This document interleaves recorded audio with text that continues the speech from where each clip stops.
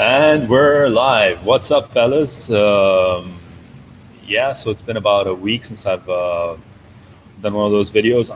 I'm gonna try and be a bit more consistent and regular with the videos, but it's just a bit difficult to find enough topics that I'm interested in and that are, I can process for long enough for them to seem to be more than just a regurgitation of news to you guys. But yeah, so it's been quite an eventful week for Inter, for the Serie A, for world football, for African football in particular. So yeah, just wanted to go through a few topics with you. I want to start off with the amazing training videos that the Inter Media House are putting out of the Lugano training camp. Man, these guys are getting their asses kicked. It's fantastic to watch. I mean, we've all heard the reports of what Conte did to the Juventus players when he first took over, and then to the Chelsea guys, and how it's kind of like a boot camp for the Marines when he first joins, just to see the desire. It breaks these boys. So it's good. It's good to see the. I mean, there's quite a few players who we know on the Inter squad that seem to have been putting less than their full potential or their full effort expenditure onto the field, and it's good to see these guys' asses get kicked. Looking at you, Icardi. So yeah, I mean, I can't wait. I can't wait for the season to start. I read somewhere today on Twitter that someone was talking about, don't expect the preseason results to be exciting. I mean, we've all learned that preseasons so far don't mean very much when it comes to how the actual season unfolds. And I think it's a very good point, a very valid point to remind myself of and remind everyone of who might bump into this video. If he's kicking their ass now, then don't expect these guys to be able to perform during preseason in a manner that and bring results that really mean very little to what the season, to what our objectives are for the season. And next, quickly go through transfers. We know that Auxilio is probably still in London trying to negotiate somehow or other Lukaku coming on board. We know that United are interested in letting Lukaku go, despite what Solskjaer might have said. It's just a matter of getting the financial terms agreed. So we'll see. We'll see. I mean, we definitely need a striker next to Lautaro if we're going to play in Conte's preferred formation. A nice big target man. So and we know that Icardi, whatever the disciplinary situation might be or the attitude or whatever might be, is not that guy. So we've got Lautaro and any other mobile youngster who can slot him to his pace. We don't know what's going to happen with Keita or Politano, but they seem to be sufficient cover for that position. And the other glaring position is the big target guy, and there we're looking at, as you all must know by now, Lukaku and Dzeko. So we think that Dzeko can be finalized sooner or later, but the Lukaku thing seems to be quite pressing at the moment. So Barella coming in, I don't know. What do you guys think of the midfield next season? I'm guessing Brozovic is. I mean, we know that Conte will play with a central three midfielders in some form or the other, with Brozovic playing the pivotal metronome role. Barella will probably play with him, and then there's that other position left out. So I don't know who you guys reckon would best fill this place up. Could it be Vecino? Could it be Sensi? I don't know. I guess we'll have to wait and see. But it definitely seems like an upgrade to last year's strongest midfield. I don't know if we need cover for Brozovic, though. Or if Sensi has been brought in to be able to cover for that role as well. But only time will tell. Last inter specific thing that we want to talk about is giving our love to and thoughts to Claudia Nangolan's, Raja Nangolan's wife. She came out today admitting that she's under serious treatment for a serious diagnosis of cancer, and it's we never want to hear this. Any football player, or their families generally, and specifically a player in a team that you support, particularly a player that all off pitch incidents or whatever, headlines aside, this guy, we've loved him for a long time. When he was at Cagliari, and then when he was at Roma, he's always been a standout player, and so yeah.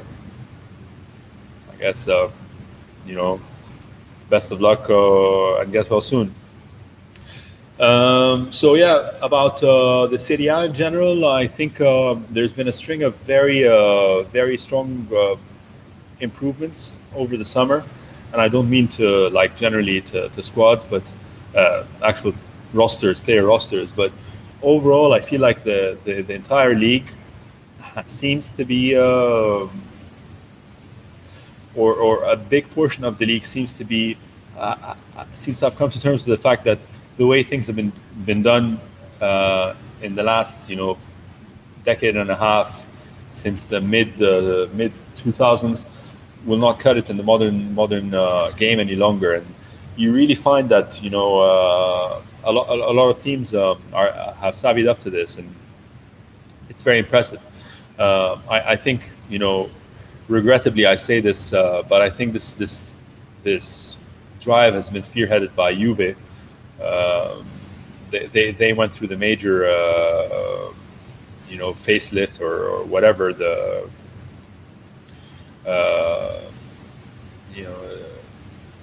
renaissance, with the new logo, with the new kit, with the new stadium, with the new style of play, etc. And then they really have been pulling the rest of the league behind them. I think right behind them, probably in terms of actual structural reform, has to be Inter. Whether it's been Sunin coming in and professionalizing the way the entire club conducts its business, the use of social media, the new headquarters, the new management. So I'm very happy and proud to say that Inter have been the closest to play catch up with Juve. But now we see we've seen Roma do good things on their social media, but now between Petracchi and Fonseca, it seems like they have, for the first time in, I'd say as far as I remember, because the Spalletti situation was volatile. The second tenure of Spalletti was volatile as is. It didn't seem like it was a sustainable solution to bring Roma forward. But now with Petracchi and Fonseca and the type of players that they're bringing in and the changes that they're doing to the squad, interesting. I don't think they're going to be challenging for a Scudetto in at least another 3-4 years, if ever. But at least they moved their trajectory towards that. I think also very impressive is Napoli. Not only are they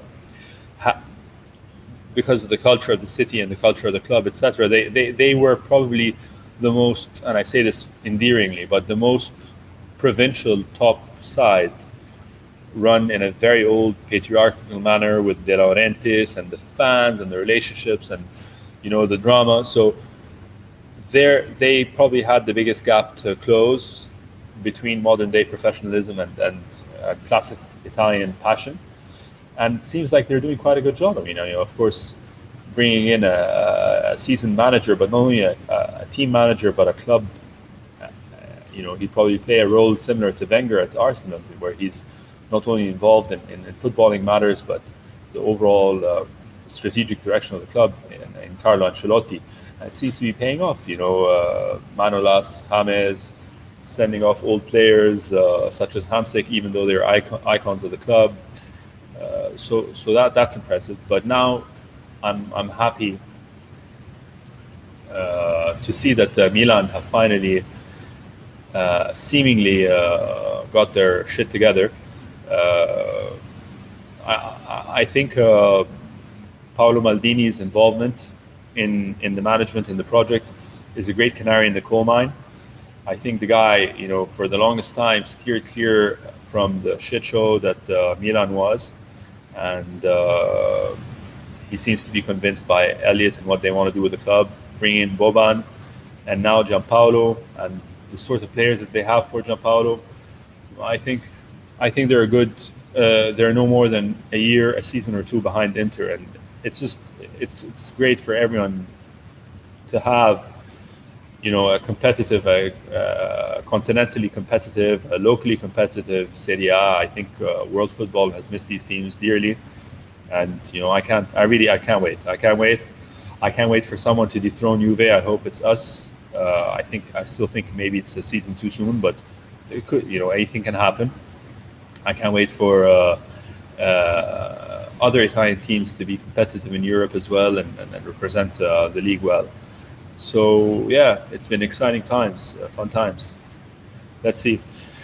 Next, I wanted to talk something as well about well-run Italian clubs and ambitions and stuff. So I've anyone who's listened to Studio Inter on Sempre Inter knows that I really despise Atalanta, or I've historically really despised Atalanta. I hate going to the Bergamo Stadium. It's a trap game always. They're the other Nerazzurri.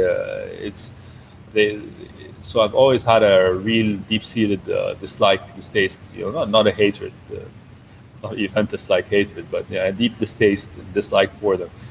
But and then of course Gasperini joins them, and I also have a deep dislike for Gasperini and his whining after he got fired, because I was one of those guys. Correct or not in retrospect, I don't know, but I was one of those guys who really didn't like Gasperini. I didn't like the ad hoc implementation of the 3-5-2 post treble. There's very little I liked about Gasperini. Anyway, so they come together. It's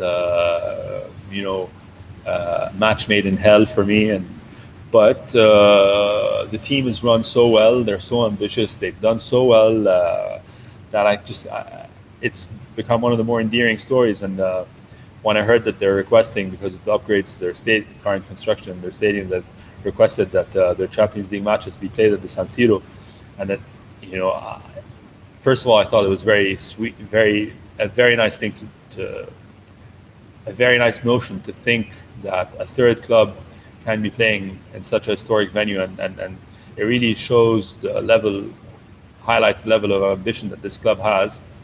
And then when I heard that Inter immediately gave the approval and acceptance of the request, I thought it was also such a class act by Inter.